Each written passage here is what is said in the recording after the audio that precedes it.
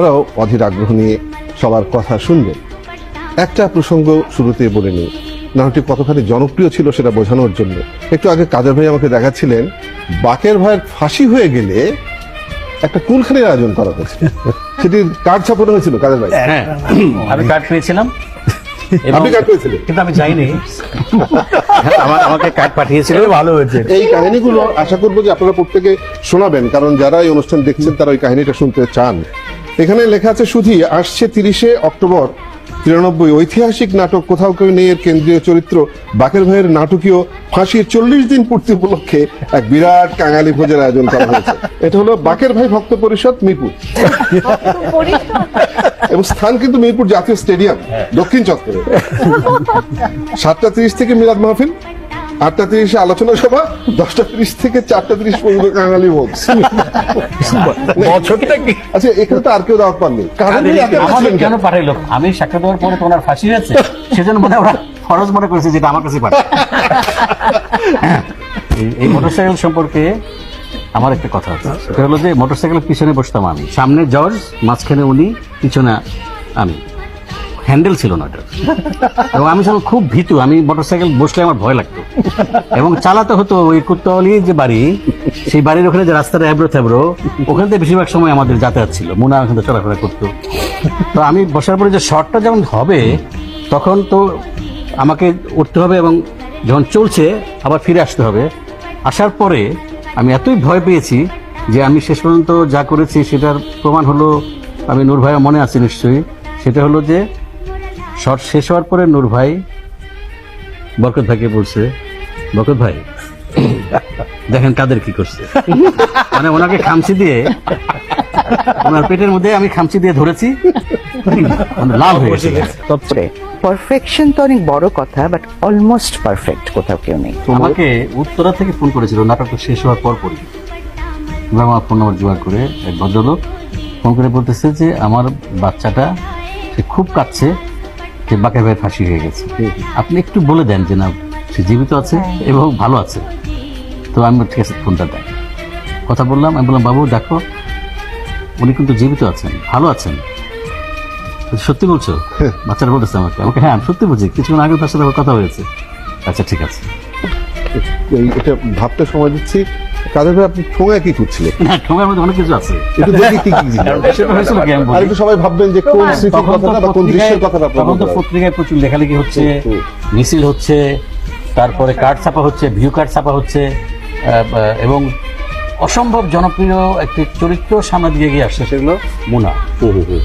ওকে, এবং তখন হুমায়ুন ভাই আমাকে বললেন যে এগুলো সব সংগ্রহ করেন কাজে আপনি, কারণ আমাদের একটা গেট টুগেদার হবে, যেটা পূর্বাণীতে হয়েছিল পরে, ওখানে আপনি নোটিশ বোর্ডে টানাবেন।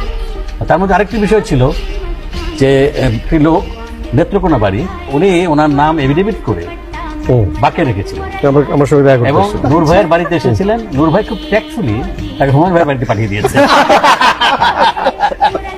হুমায়ুন ভাই ওটা পেয়েছেন, পেয়ে আমাকে রাখলেন, কাদের এটা রাখেন, এবং সেটা আছে আমার কাছে। এখানে তো পরিষ্কার হচ্ছে যে বাকের ফাঁসি এবার ছবিটা আঁকা হয়েছে। বাকের ভাইয়ের মতো এরকম মৃত্যু যেন আর কারো না হয়। কিশোর যুবক ভাই ভাই সবাই বলে বাকের ভাই। এখানে আছে এই শীষ দিচ্ছ কেন, এখন বাকের ভাই নাই তাই। আচ্ছা, এখানে তো এটা বলাই ভালো আমার ছবি। এটাকে আপনি চেপেছেন নাকি ছাপা হয়েছে? আমি জানি নাই। হ্যাঁ শিওর। না রে, আমি তো ভয়ে ভয়ে। মায়ের মধ্যে ভাইটামিন আছে, মায়ের মধ্যে ভিটামিন আছে। আচ্ছা, চায়ের দোকানে আমি মজনু মন খারাপ করে বসে আছি, বাকের ভাই ঢুকলেন, ঢুকে বললেন কিরে তোকে মন খারাপ কেন?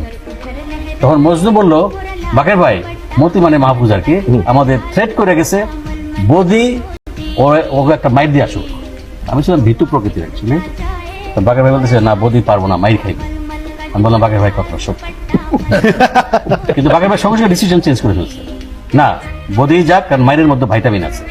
এখানে একটা পোস্টকার্ড বেরিয়েছিল তখন, বাকের ভাই তুমি আমাদের মাঝে চির অমর হয়ে আছো, জাতীয় প্রেমিক দল। তখন কবিতা শোনাতেন যে বের করো। কারণ আমরা যখন ভয় পেয়ে গেলাম সব, যে কারণ টেলিভিশনের কিন্তু বিরাট পাহারার ব্যবস্থা করা হয়েছিল, এবং তখন আমার থ্রেট আসতেছিল, হুমায়ুন ভাই থ্রেট আসছিল, তো একটু ভয় পেয়ে গেলাম, আলাপ করছিলাম। তখন হুমায়ুন ভাই তো আমার মজা করে শুধু সিরিয়াস মুহূর্তে চলেন আমরা জিডি করি। তখন আপনার মনে আছে কিনা, রমনা থানায় গেলাম, নূর ভাই, আমি, বরকত ভাই আর হুমায়ুন ভাই। রমনা থানায় গিয়ে ওসি সাহেবের রুমের সামনে আমরা তো দাঁড়ায় আছি, ওসি সাহেব কিছু দেখছেন, খুব ব্যস্ত। তো একটা কাশি ধাসি দিলাম, তো ওইভাবে আসতে বললেন আসুন। আমরা বসছি, উনি কিন্তু লিখতেছে। বসার পরে বললেন যে বলেন, হুমায়ুন ভাই বললেন, পেপারে কিন্তু সেদিন আসছে, মানে আগামীকাল বাকেরের ফাঁসি পেপার আসছে, বড় হেডিং। তো আগামীকাল তো বাকেরের ফাঁসি, হুমায়ুন ভাই বললেন। তো উনি বললেন যে হ্যাঁ, আমিও কাগজে দেখলাম, কিন্তু দেশের একটা লোকের ফাঁসি হয়ে যাচ্ছে আমরা জানি না। মানে ওনার তো নাটক দেখার সময় নাই। স্টেটসম্যান পত্রিকায় আজকাল একটা খবর বেরিয়েছিল যখন এটা শেষ হবে, যেদিন প্রচারিত হয়, যে তার পরে পরেই যে পশ্চিমবঙ্গে তখন আমাদের বিটিভি দেখা যেত। তো তখনকার যে মুখ্যমন্ত্রী জ্যোতি বসু, তিনি ওই দিন তার মিটিং তড়িঘড়ি করে শেষ করে বাড়ি গেছিলেন শেষ এপিসোডটা দেখার জন্য। এইগুলো বিষয় একেবারেই খুবই আগোছালো। আপনার স্ত্রী মানে আমাদের ভাবি, হ্যাঁ, যদি এটা বলতে হয় আমাকে একটা জিনিস বলতেই হবে, সেটা হলো যে শেষ পর্ব প্রচার হওয়ার পরে দর্শকদের কথা বাদ দেয়, ভাবি অনেকদিন আমার সাথে কথা বলে নাই। এবং একদিন 2-3 মাস পরে একদিন আরেকটা অনুষ্ঠানে আমি একটু দূরে বসে আছি, আমাকে ডাকলেন ভাবি, দেখে বললেন যে আমার সামনে একটু বসেন, আমার একটা কুমুক।